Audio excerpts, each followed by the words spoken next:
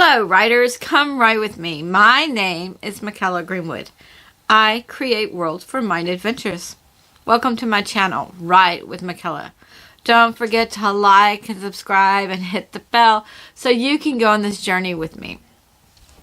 Before we start today, I will say that today is March 12th and my first video posted on March 14th last year.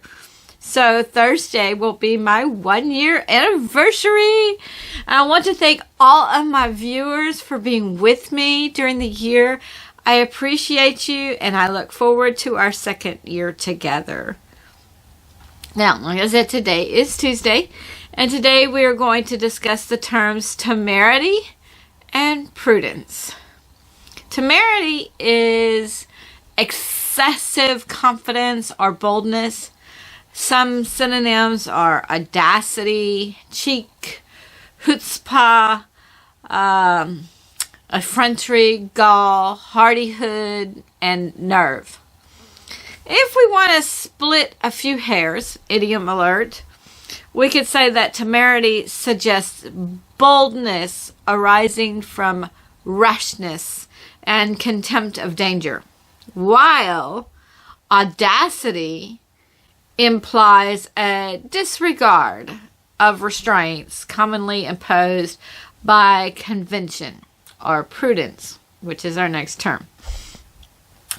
Now, before we define prudence, I will say that I give a lot of synonyms on the channel, and I encourage you to use synonyms in your stories instead of using the same term over and over again. But one reason I give synonyms is to help us get a more rounded definition or feel of the term we're focusing on. And I hope you realize that using a synonym means using a word or phrase that has exactly or nearly the same meaning as another word or phrase. We've discussed synonyms before, and most of the times the synonyms aren't the exact same meaning. Excuse me. Think of a hat and a cap. You can use a hat in the place of cap. But a cap usually implies that the baseball cap with the bill in front of it, and while a hat, hat is like various sorts of head coverings. So the meanings are slightly different. Excuse me. And then in this case, cap is more specific. So sometimes you don't want to use a synonym, and sometimes it's perfectly fine. Excuse me.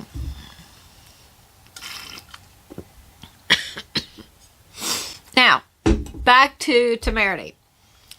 Would we use this term for our protagonist or our antagonist? Which character in our story has excessive confidence or boldness? Which one is audacious? We want our heroes to be courageous and to act with a lot of courage. But usually we don't want excessive confidence or an audacious hero. We want our heroes to be a little bit on the side of humility. And we want them to know they have limits. We want our heroes to be appreciative of all the people that help them. Even the little bitty things, the boy that comes and cleans the sword so that your sword doesn't rust or whatever. That's still an important part. And so the hero needs to have, the hero needs to appreciate all of these people that helped him. We want our heroes to recognize the people that they lost or that their side lost along the way. Also, if our hero has excessive confidence, then the events in the story are not testing him or her, and our hero won't have the opportunity to grow which, that's the test and the growth are essential parts to a good story. On the other hand, if our antagonist has excessive confidence, that could be his or her downfall. So don't worry about this because I'm going to win. And then that thing that they didn't worry about comes to bite them or haunt them or whatever the idiom is that you want to use at this point. Now, let's look at prudence. Prudence means being careful about one's choices. It means stopping and thinking before acting. It is a strength of restraint. A person who is prudent is not taking unnecessary risk. It means showing good and careful judgment when handling practical matters. It can mean decision making or action taking that is wise and well thought through. Now, we want our protagonist or our heroes to think before acting and to consider the people he or she is saving. But sometimes things happen too fast, and our protagonist doesn't have time to stop and consider all the options. We don't want our heroes to be overly rash, but at the same time, we don't want them to be overly prudent. We want a middle ground here. Prudence is for our insurance companies who run risk analysis of things. They run their risk analysis and decide how much money they might lose or make or whatever, so they can decide how much to charge us for these policies. So they're very careful, and if you're too high of a risk, they won't insure you. So that's our insurance policies. We want our insurance companies to have prudence because we don't want them charging us for all the people that they gave a policy to that they shouldn't have either. Now, prudence is not necessarily for our hero, who needs to sometimes risk his or her own life to save the day. If our heroes run the odds of surviving some instance, and they know the statistics, then we would probably never have anyone jump off a bridge into alligator-infested water to save a woman and her baby from a car that crashed through the railing and the car is rapidly sinking and filling with water. We wouldn't have any of that. We wouldn't have any firemen. We wouldn't have any policemen. We wouldn't have any veterans. What would we have? We would only have Billy the Kid and his gang, or some version of the Godfather running our cities and our lives. Of course, in movies and books, we have heroes like Superman with superpowers. So Superman can dive in the water, lift the car out with one hand, like it's a cake or something, one hand, while using his eyes to laser zap all the alligators. Okay, so we have that in our stories and our movies, but we need our real heroes too, and not just our fantastical ones like Superman. We need people to protect us and to save us. Some people think of their dad as their hero. A dad is someone who will go to bat for us and protect us. Or at least for some of us, that is true. Leave a comment below on if you have a personal hero or someone that saved you from a bad instance in your life. Maybe you were in a car accident and a fireman got you out, before the car caught on fire or what have you. Maybe you didn't know about high and low tides and undertows, and you were on a raft at the beach and couldn't row your way back in, and a lifeguard came out to you. That actually almost happened to my sister and I.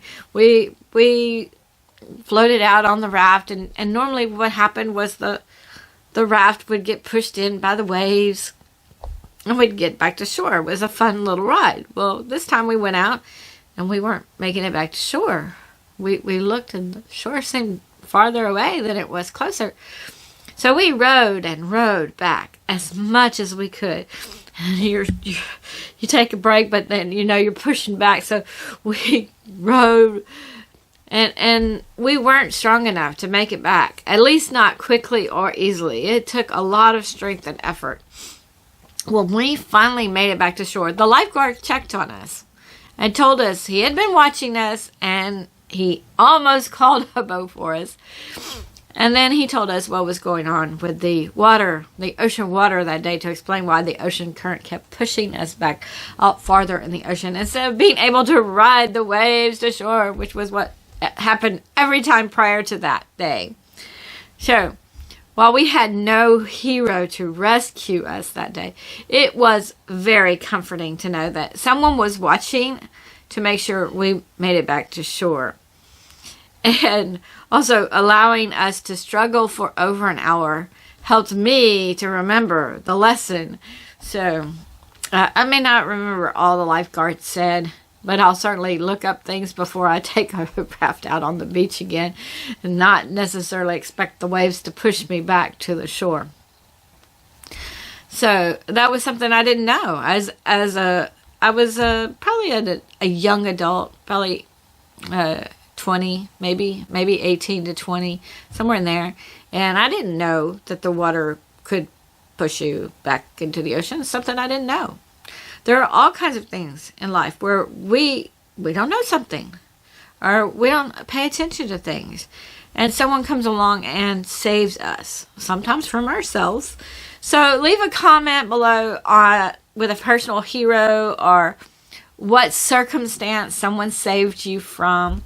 Doesn't have to be alligator infested water.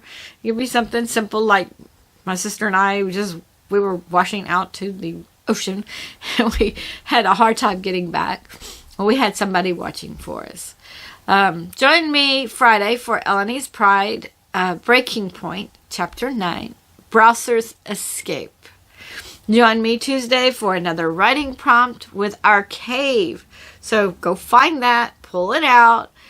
This will be part 8 of our story. I don't know what you've done with yours. Like, I write for y'all, and then after I finish it, I didn't do this at first, but then after I finish it, I copy all of that and I paste it in the bottom of the story. So hopefully you have all of yours together, and they're, one story at this point, but this will be part 8 of our story. We are writing together at the same time. Maybe not chapter 8, but it be the 8th time that we've written together. And if you were wondering about what happened to my writing prompt with describing an alien, I will tell you that I used that for my NaNoWriMo challenge back in November, which for me is still actually going on. But I started, when I wrote with y'all, I had 1,035 words for the challenge, and I plan to end with at least 51,035 words. But my videos are still far ahead of the calendar, which is good for me. My husband and I went on vacation for 2 weeks. I only lost 1 week of filming. So I'm 16 weeks out instead of 17. Not bad. And you, my reviewers, don't have to miss anything. Hopefully I can finish up the 3rd book of Eleni's Pride. After NaNoWriMo finishes for me, I'm like, haven't written today, but I have 39,500 something words on that so far, so I'm getting close to the 50,000. And then I want to finish Eleni's Pride, the 3rd book, so that it's ready to go for y'all. Don't forget to visit my website, bymckella.com, and read some character bios and send your writings and chapters to writewithmckella@gmail.com. If you hit like and subscribe and the bell notification, then we will continue to write together. Thank you for joining me today. I really appreciate your participation. If you know someone who would like this video, then please share it with them. This is Mckella with Write with Mckella. Bye for now.